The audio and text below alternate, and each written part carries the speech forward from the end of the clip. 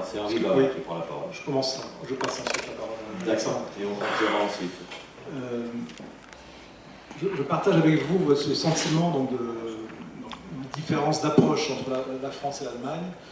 La concertation en Allemagne commence d'abord. On commence par la concertation, on prend en compte concrètement, on écrit les idées, si elles sont positives, bien sûr, si les gens interviennent de manière uniquement négative, on ne peut pas prendre en compte. Mais en Allemagne, dès le départ, la population, les associations, les différents partenaires sont consultés. Et ensuite, ils peuvent, par étapes régulières, être rappelés et voir si leurs idées, leurs soucis a été pris en compte ou non par le projet. Et donc ils peuvent alimenter, ils alimentent en permanence le projet. Et c'est vrai qu'en France, souvent il y a une déclaration d'ouverture en préalable et que la concertation se passe souvent à la fin, une fois que le projet est ficelé. Alors, là, il est présenté comme tel ou non à la population, mais il est déjà ficelé. Je partage votre souhait. On est au début d'un processus ici. J'espère que ça va se passer effectivement comme ça, dans un souci d'ouverture.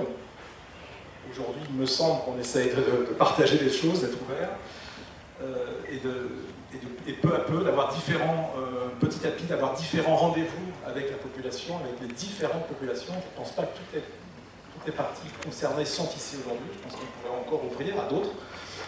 Et prendre en compte concrètement, quand Alexandre parlait de prendre en compte les desiderata de manière concrète, les écrire, s'en rappeler, les intégrer, faire en sorte qu'ils puissent fonctionner ensemble, ce qui n'est pas évident toujours, s'engager, effectivement, il y a s'engager à faire que l'ensemble prenne.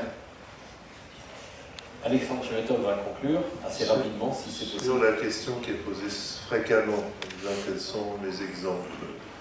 La première fois qu'on m'a posé cette question, c'est Alain Fontanet qui me l'a posée. En disant, vous prétendez faire dans la COP quelque chose d'exceptionnel, alors pourquoi montrez-vous des exemples de ce que vous avez fait ailleurs? Et j'ai enlevé ces exemples-là, mais je ne les ai pas seulement enlevés de mon cahier ou de la présentation que je faisais, je les ai enlevés. C'est-à-dire que j'admets que ce qui va s'écrire sur ce site de la COP soit d'ici et de nous, par ailleurs, si vous voulez. C'est le terme très précis qu'emploie Jean-Christophe Bailly, qui s'appelle le dépaysement. C'est-à-dire, c'est pas le sentiment de l'identité qui serait quelque chose, mais c'est d'accepter que les lieux sont transformés par la façon de les occuper. Et moi, je me construis, si vous voulez, dans cette histoire-là, une culture. Les conversations, celles qu'on a eues avec Thierry Danet, celles qu'on a maintenant, celles qu'on a avec Delphine Lacroix, Alice Frémont ou Éric Lazare, celles qui se poursuivent, sont une manière de construire quelque chose, parce que moi je suis très préoccupé par la banalisation de la production urbaine, où chaque bâtiment, chaque espace public, à force d'être différent, finissent par se ressembler, et d'une ville dans l'autre, on ne sait plus très bien où on est. Et donc je trouve que la COP, pour ne parler que de ce territoire-là, mais sans doute le territoire du Rhin, a quelque chose de tellement singulier et qu'il faudrait apprendre à traduire et à trouver véritablement la clé de ce dépaysement particulier qui fait que tout le monde a envie de se retrouver là. Par exemple, quand je vois très précisément le bâtiment de la brasserie Schutzenberger, du bâtiment qui est en face de l'autre côté de la rue, et la capitainerie, le garage qui est à côté, le petit pavillon voisin, etc. Je me dis, je suis là, je suis bien dans cet endroit, aujourd'hui.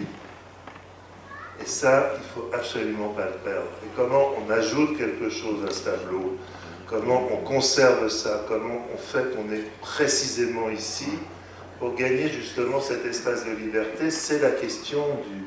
C'est ça qui est passionnant. Et pour quelqu'un de mon âge, si vous voulez, c'est un exercice difficile parce que j'ai déjà fait un certain nombre de choses. Mais d'une certaine façon, c'est pas que j'ai envie d'oublier ce que j'ai fait, mais de faire un exercice ici qui soit un exercice singulier. C'est ça qui m'intéresse beaucoup, et c'est pour ça que j'ai envie de comprendre finalement cette ville dont je connais si peu, et dont je connaîtrai sans doute à la fin une fraction peut-être insuffisante, mais qui permettra peut-être de construire quelque chose de singulier. Et ça, j'ai envie de... Voilà, c'est l'envie profonde qui peut animer. Je pense qu'on partage ça quand on en parle avec Henri, par exemple, sur cette question-là. C'est comment on ne fait pas comme d'habitude. C'est pas